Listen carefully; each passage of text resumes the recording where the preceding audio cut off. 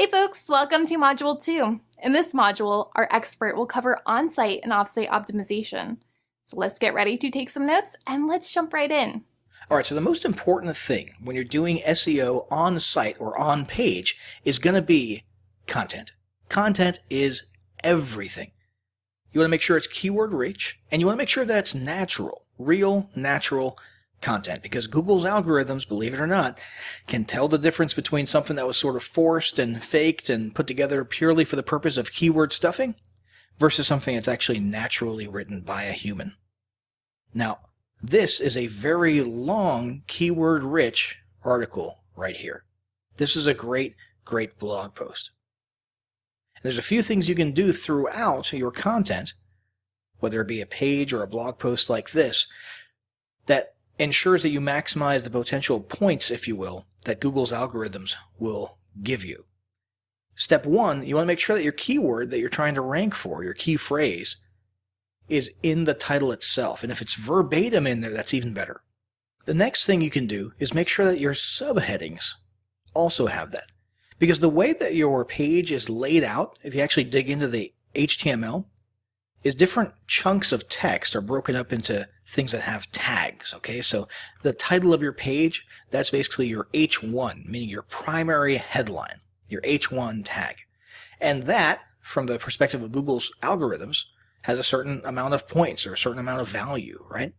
Well, your subheadings do as well. What you want to make sure and do is put your keywords or key phrases into subheadings like this and make sure that they are appropriately labeled. So right here, you can click inside of the newer WordPress editor and make sure that it's assigned an H2 tag so that Google knows that this is a subheading, okay, or a subheadline.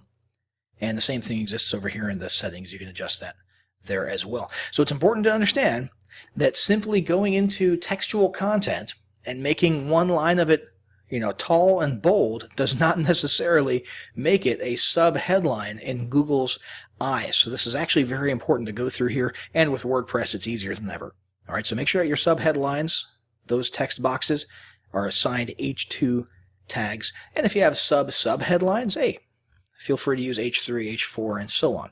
But make sure that those are appropriately labeled. The next thing is to make sure that your keywords are simply used organically throughout the content, okay, in an equitable and thorough fashion. All right, you're not keyword stuffing here. You're not overdoing it, because Google will notice that as well.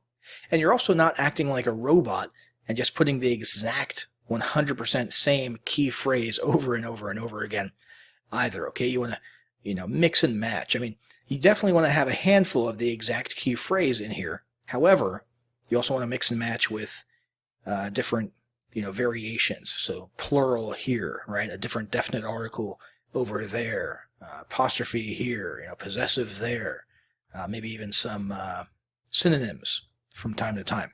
So you want to make sure it's very organic as well. The next thing you can do is everybody, first off, should be using some type of an SEO tool or plugin like Yoast. Yoast is probably the best one out there. And what you can do is actually manipulate the meta tags for your website. So with Yoast SEO, you can come right in here and you can add a little meta description. Now, this is a pretty short meta description here. All right, yours should be a little bit longer. You want to shoot for around, 100, 120 characters. And this is what people see when they see your website or web page in the search results. They see that little snippet there as sort of a preview underneath the main heading of the search result. Next, there's a slug, okay, which is the actual sort of URL after the main domain of your website. And that should be keyword rich as well. You can check the analytics for your focus key phrase. So in our case, our focus key phrase right now is robot vacuums for pet hair. And you'll see all sorts of things in a to-do list here. Okay, you'll notice there's no internal links on this page. There should be. Internal linking is very important to Google. Key phrase in the introduction, your key phrase or its synonyms do not appear in the first paragraph. So we would want to go back up there to that first paragraph and make sure that the first paragraph uses our key phrase, if that's one of the main things that we want to rank for. Key phrase density. It's only found one time, at least verbatim, in the article. It recommends 7 times for this length of text. Key phrase and subheadings. Use more key phrases or synonyms in your higher level subheadings. That's referring to those H2 and H3 tags that we talked about. It'll also tell you what you're doing good. You've got lots of outbound links in this article. That's good. A lot of people think you don't want outbound links because you want people to stay on your site. People will leave your site no matter what. You want to do it on your terms, and fact is, Google loves outbound links because that tells them that you're a useful and helpful site, so you'll rank higher. Key phrase length, that's good for the one that we're targeting here. Text length is pretty good. That's a long article. Google's going to like that because they love content, right? And some of the more important ones here, key phrase, the exact match appears in the title at the beginning of our article. Okay, so that's good. Google's going to love that. SEO title width, good job. And key phrase in slug, like we said, the slug itself right here contains our key phrase. So you can see all that point value stuff, and there's plenty of other stuff that you can do as well to increase your on-site or on-page SEO. Number one, you want to make sure it's mobile optimized. Mobile optimize your entire website because Google cares about that. And you're going to lose points if it's not mobile optimized. And the next thing you want to do is find ways to increase your stick duration, your stick rate on your site. Google knows if people show up on your site and then immediately leave. Okay, they have that data. They know what's going on. And if people show up on your site and then they leave within the first 10 seconds, that tells them that your site is not what people want. And that's what Google cares about. What do people want?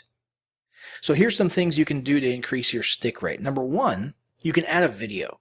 Okay, videos are fantastic because people click and they watch them. And that increases the amount of time that they stay on your page if they want to keep watching the video. So if you can have a compelling video that people are going to click and watch and stay on your site for a little while, that's going to increase your stick rate and Google's going to like you more. You can also just make sure that your content is actually relevant to the targeted keywords. If people actually find on your page the things that they are looking for, they're not going to leave. So make sure that your stuff reads well, and that's where the readability analysis comes in handy with Yoast here. All right, people would say that this, in a technical sense, doesn't have anything to do with SEO. Indirectly, it does. Okay, the easier it is and more enjoyable it is to read your content, the more likely people are going to stay on your page longer. Okay, so the longer people stick around, the better. So there's a couple of things that you can do like that to increase the amount of time people spend on your page. Now, Google also loves multimedia. So in addition to videos being good because they increase your stick rate, the fact that you have videos, especially if they're embeds of YouTube videos, by the way, because Google likes YouTube because they own YouTube, that can be useful simply because it's a type of content that Google knows people like. However, you can also add more images. All right, this here is a very image-rich post, and Google notices those images, and you get cool points for that. Okay, your ranking is going to be better if you have more images, more rich media. Other thing you can do is ensure that those images have actual file names that match your keywords. Okay, so if your image file names are keyword rich, and then also if someone comes over to your website and they hover over an image or they hold down the Alt button, it's not happening here, but it would happen on the actual published version of the page, they can see a name. It's called the alt title. You want to make sure your alt title is keyword specific as well. You want to make sure that all these different things on your page are keyword rich. And finally, the other thing that we already mentioned a little bit earlier, internal linking and external linking. Okay? Google loves when you make it easy for people to find things both on your site and other people's sites. Okay, so if you have internal linking to other blog posts, other articles on your website, that's great. And if you have external linking and you're opening yourself up to the outside world and recommending good stuff and sending people in other directions, all this stuff tells Google that you are a real site, a real human site that's actually trying to be helpful, and you're going to increase in your rankings. So that's on-site or on-page SEO. And that's about all you can do, is make sure that your content is great and all those other things that we talked about. Beyond that, if you want to rise up in the search rankings, it's going to come down to off-site SEO. And what's off-site SEO? Basically, it's backlinks. Backlinks form the core of off-site SEO. In fact, Google has publicly revealed that the two most important things to them, the things that give you the most points inside of their Google algorithm, are content, which is on-site, and backlinks. Nothing else matters as much. Being mobile responsive doesn't matter as much. The stick rate doesn't matter as much. Rich media doesn't necessarily matter as much. At the end of the day, the two things that are the most important are content and links. So, here's what you do. You come over here to Google. Once again, we're utilizing Google. And we're going to look for robot vacuum blog. And what you're looking for here are different sites that create content, articles, blog posts, and so on about robot vacuums or whatever it is that you specialize in. And you want to reach out to these different top-ranking sites because they're at the top of Google. So you know they have high link authority. You know that they have a lot of link juice, a lot of value. You want to take these and see if you can somehow get one of your links on them. Now, the old school way of doing it used to be just to go to their blogs and go to the comment section. So let's go to this one here. Scroll all the way down to the bottom of the blog post and make a comment with your link in the comment. Now that today, it's not technically spam per se, but today it's pretty much universally considered spam, and Google does not reward that nearly as much as they used to. In fact, if you do too much of it, you can actually get slapped.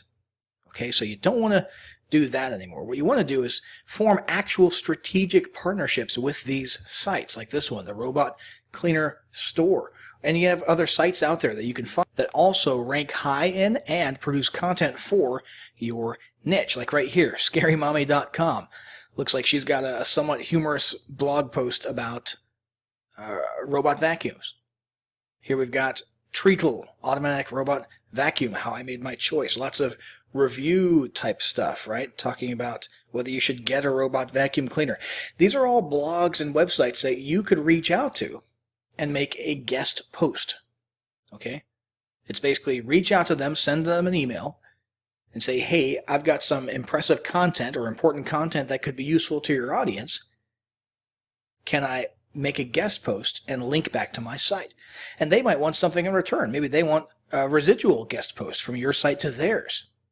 You know? So you've got to sort of get in there and engage in some business dealing with these other sites in order to get these high authority backlinks. Now that's one way to do it, but one of the quickest ways to do it is literally just to find the highest ranking sites for your specific keyword and spy on them. Figure out where they're getting their backlinks. Because if you can emulate, if you can mimic their backlink profile considerably, that'll be particularly beneficial because you know that their backlink strategy is working. They're right here at the top of Google. So you could grab this one here, grab this URL right there. It doesn't really matter too much what's in this article. We're interested in what's linking to this article. So let's come over here to Moz and Link Explorer, which is a free resource. We'll go ahead and paste that URL here.